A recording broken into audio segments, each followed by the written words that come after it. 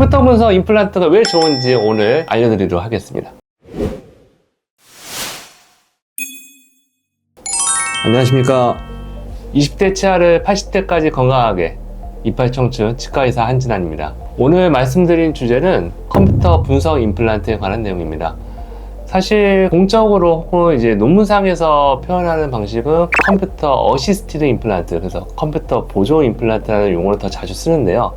우리나라에서는 컴퓨터 분석 임플란트라는 표현이 더 자주 사용되는 것 같습니다. 그래서 오늘 영상에서는 컴퓨터 분석 임플란트라는 표현을 사용을 할 거고요. 분석 임플란트라고 말씀드리기 때문에 어쩌면 진단 과정에서만 컴퓨터가 사용된다고 오해하시는 분들이 있을 수 있습니다. 하지만 실질적으로 컴퓨터가 사용되는 부분은 저희가 진단하는 부분뿐만 아니라 치료 계획, 임플란트 식립, 최종적으로 임플란트의 보철을 제작하기까지 전 과정에 거쳐서 컴퓨터가 사용이 되게 됩니다. 이러한 부분들에 대한 단계별 설명을 드릴 거고요. 일단 임플란트 진단에서 사용되는 가장 중요한 컴퓨터는 저희 치과용 CT가 되겠습니다. 치과용 CT가 보여주는 영상은 저희가 사용하던 파노라마 방사선 사진에 비해서 훨씬 더 정확하고 분명한 정보를 저에게 제공을 하게 됩니다. 지금 사진을 하나 보여드릴 건데, 지금 이 환자분은 60대 환자분입니다. 이분이 미국에서 그때 오셔서 저희 임플란트를 하고 가셨는데, 방사선 사진을 확인해보면 기존에 임플란트 하나가 앞니 쪽에 남아있는 걸 보실 수가 있습니다. 이 사진만 봤을 때는 임플란트 각도도 굉장히 괜찮고 그 주변의 뼈도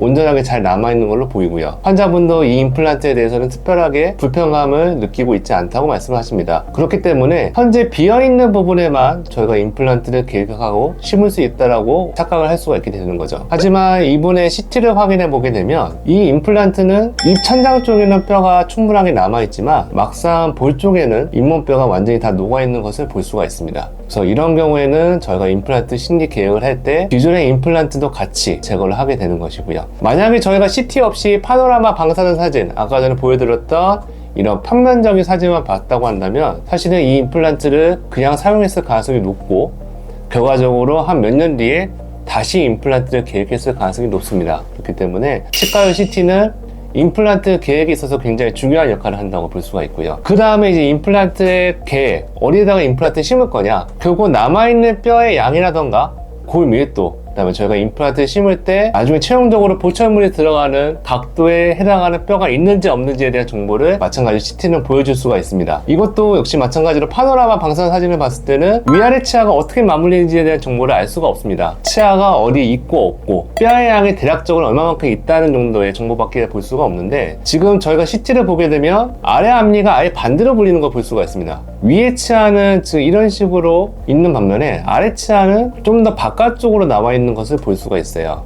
저희가 만약 남아있는 치아에 맞춰서 그대로 임플란트를 식립 계획을 잡게 되면 모든 치아가 다 반대로 물리게 되겠죠. 이 치아들도 마찬가지. 단순히 치아 주변의 잇몸 상태라던가 충치 여부랑 상관없이 저희가 나중에 정상적인 방향으로 임플란트를 심을 수 있는 위치가 될 수 있도록 계획을 잡아주는데 역시 마찬가지 치과 CT가 도움이 되게 됩니다. 그리고 이분의 특징은 위턱이나 아래턱이랑 비교를 했을 때 지금 위쪽의 뼈도 양이 굉장히 좋으신 편이고 아래턱도 굉장히 좋죠. 하지만 위턱 같은 경우는 상대적으로 아래턱에 비해서 좀 더 어둡게 보이는, 특히 그래서 골밀도가 낮아 보이는 걸 볼 수가 있고, 아래턱 같은 경우는 중간 부위에 두꺼운 신경이 지나가는 걸 볼 수 있습니다. 그래서 위턱 같은 경우는 임플란트를 긴 거리 심더라도 충분히 뼈가 굳을 때까지 기다리는 시간이 필요하신 거고, 아래턱 같은 경우는 임플란트를 기다리는, 그러니까 임플란트와 주변의 뼈가 굳는 데 시간은 더 짧게 걸리겠지만 대신에 위턱에 비해서는 더 안전하게 좀 더 짧은 임플란트가 필요하다는 것을 이런 CT를 보고 알 수가 있습니다. 그래서 지금처럼 CT를 보면은 저희가 대략적으로 어떻게 임플란트 심어야 되겠다, 위치를 어디를 잡아야겠다라는 정보를 알 수 있지만 실질적으로 임플란트 신입할 때 저 위치 그대로 제가 심을 수 있느냐가 굉장히 중요한 겁니다. 저도 마찬가지로 모든 의사들이 그게 제일 큰 고민이 되는 거죠. 왜냐하면 입은 굉장히 작고 입안에는 항상 피가 나거나 침이 있어서 전체로 이제 보이는 시각이 제한이 됩니다. 그렇기 때문에 나중에 임플란트를 심을 때 사진을 찍고 났더니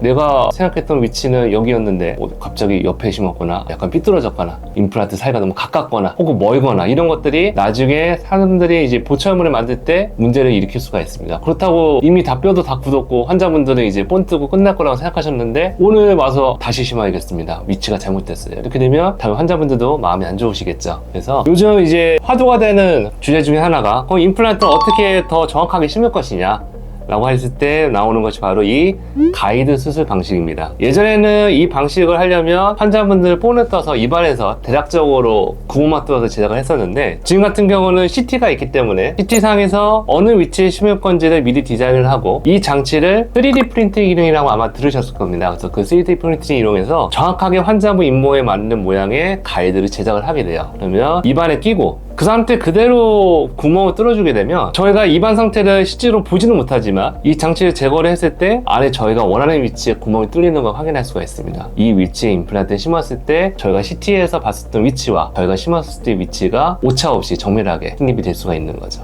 이렇게 했을 때 특징 중에 하나가 결국 저희가 이제 보지 않아도 정확한 위치를 잡을 수 있는 거기 때문에 잇몸을 열지 않고 깨지 않고도 임플란트를 심을 수 있다는 겁니다. 이게 바로 비적의 수술이라는 방식인데, 가이드 수술이 가능해진 다음부터 조금 더 활발하게 진행되는 분야입니다. 뼈 이식이 좀 적거나 상대적으로 뼈의 양이 좋으신 분들은 이런 가이드 수술을 이용해서 불필요하게 째지 않고 그만큼 덜 불편하게, 통증도 적고 그만큼 치유 기간도 단축될 수 있는 방식을 사용하실 수 있는 거예요. 이런 식으로 수술이 끝난 다음에 시간이 지나면 이제 뼈가 붓겠죠. 뼈가 붓고 나서 최종적으로 이제 치아 보철을 만들 때도 마찬가지로 컴퓨터가 사용이 됩니다. 예전 같은 경우에는 사람이 다 일일이 만들었죠. 본뜬 기구를 가져와서 입안에서 직접 보면서 이제 조절했었는데 아무래도 오차가 생길 수밖에 없습니다. 그래서 이런 오차 범위를 줄이기 위해서 저희가 하는 방식이 옛날처럼 끈적끈적한 데를 이용해서 폰을 뜨는 게 아니라 사진을 찍어서 초당 뭐 몇백 장의 사진을 동시에 찍을 수 있는 스캐너를 이용해서 저희가 입안에 사진을 찍게 되고, 그 사진을 그대로 컴퓨터에 옮긴 다음에 그 자료를 바탕으로 치아 보청을 만들게 됩니다. 그러면 저희가 예전에 폰 떴을 때의 오차보다 훨씬 더 정밀하게 만들어낼 수가 있어요. 그렇기 때문에 나중에 저희가 치아를 맞춰보면 실제로 폰을 떴을 때보다 거의 조절하는 시간이 반의 반도 안 걸립니다. 환자분들도 그만큼 이제 입을 벌리고 있는 시간이 줄어드시니까 편하기도 하고, 나중에 음식물이 끼거나 식사하실 때 잘 물리는지 이런 것들이 폰을 떴을 때에 비해서 훨씬 더 환자분들 만족감이 높아요. 그러면 그만큼 다시 만들 일도 적을 거고, 전체적으로 환자분들은 차후에 뭐 6개월이나 1년 간격을 체크하셨을 때 다시 수리해야 되는 비율도 많이 줄었다 보시면 됩니다. 진단부터 최종적으로 보철 들어갈 때까지 설명을 다 드렸는데, 이런 각각의 단계에서 사용되는 이런 기술들이 발전하면서 결과적으로 환자분들한테 굉장히 많은 혜택이 가는 거예요. 전체 기간도 줄어들고 환자분들이 치료가 필요한 부분의 치아와 아닌 부분이 정확하게 구분이 되기 때문에 비용도 절감될 수 있고요. 차후에 임플란트 보철이 들어가고 나서 사용하실 때도 그만큼 더 깔끔하고 오랫동안 튼튼하게 사용하실 수가 있는 겁니다. 실질적인 케이스를 좀 보고 설명을 드릴게요. 아까 말씀드렸던 그 60대 환자분, 미국에서 오신 분의 케이스인데, 이분 같은 경우는 당일에 저희가 이제 가이드를 제작을 하고 그냥 바로 임플란트를 심고 최종적으로 이제 즉시 보철, 치아 머리까지 다 동시에 만들어드린 케이스입니다. 그래서 환자분 입장에서 이렇게 하시면 굉장히 좋아하시죠. 한꺼번에 많이 하시니까 좋아하시는데, 의사들 입장에서 조금 힘들 수 있습니다. 그냥 심적으로 좀 부담이 되는 작업이 될 수 있어요. 근데 대신에 이제 환자분들이 이제 수술 끝나고 치아 보철까지 다 완성돼서 너무 만족하시는 거 보면 저희도 굉장히 뿌듯함을 느끼는 케이스입니다. 지금 처음에 보셨던 사진이죠? 앞니 쪽에 몇 개의 치아만 남아있고 어금니에는 전혀 치아가 하나도 남아있지 않은 상태인데, 사진을 보시면 임플란트가 저희가 원하는 위치에 다 맞게 CT에서 진단한 그대로 다 식립이 되었고, 치아 머리가 약간 뿌옇게 보이실 텐데 이런 치아 머리 부분까지 다 완성이 되신 겁니다. 그래서 이거를 입안 사진을 보게 되면 지금처럼 크게 피해도 안 나요. 그렇죠? 잇몸도 꼭 다 아무나 있는 것처럼 보이실 텐데, 이게 잇몸을 찐 게 아니라 잇몸에 구멍만 뚫어서 그 부위에 바로 임플란트 심고 나사를 끼워들었기 때문에 출혈이 거의 없는 겁니다. 실제로 환자분들이 나중에 이제 저희가 전화를 드립니다. 잘 수술이 되셨고 불편한 거 없으신지, 특히 피가 나시는 거에 대한 걱정이 굉장히 많으신데, 저희가 실제로 이렇게 가이드 수술하고 나서 전화를 드려보면 대부분 피가 거의 안 난다고 하세요. 그리고 실제로 그 상태에서 잘 아물어서 오십니다. 그래서 이런 부분들이 장점이 되시고, 나중에 최종적으로 보철이 들어간 사진입니다. 보시면 잇몸 쪽이 조금 더 안정되어 있는 거 보실 수 있지만, 처음에 임시치아 부셨을 때는 크게 차이가 없어요. 그 얘기는 뭐냐면, 환자분이 새로운 치아가 들어갔을 때 적응하는 시간이 굉장히 짧아진다는 얘기입니다.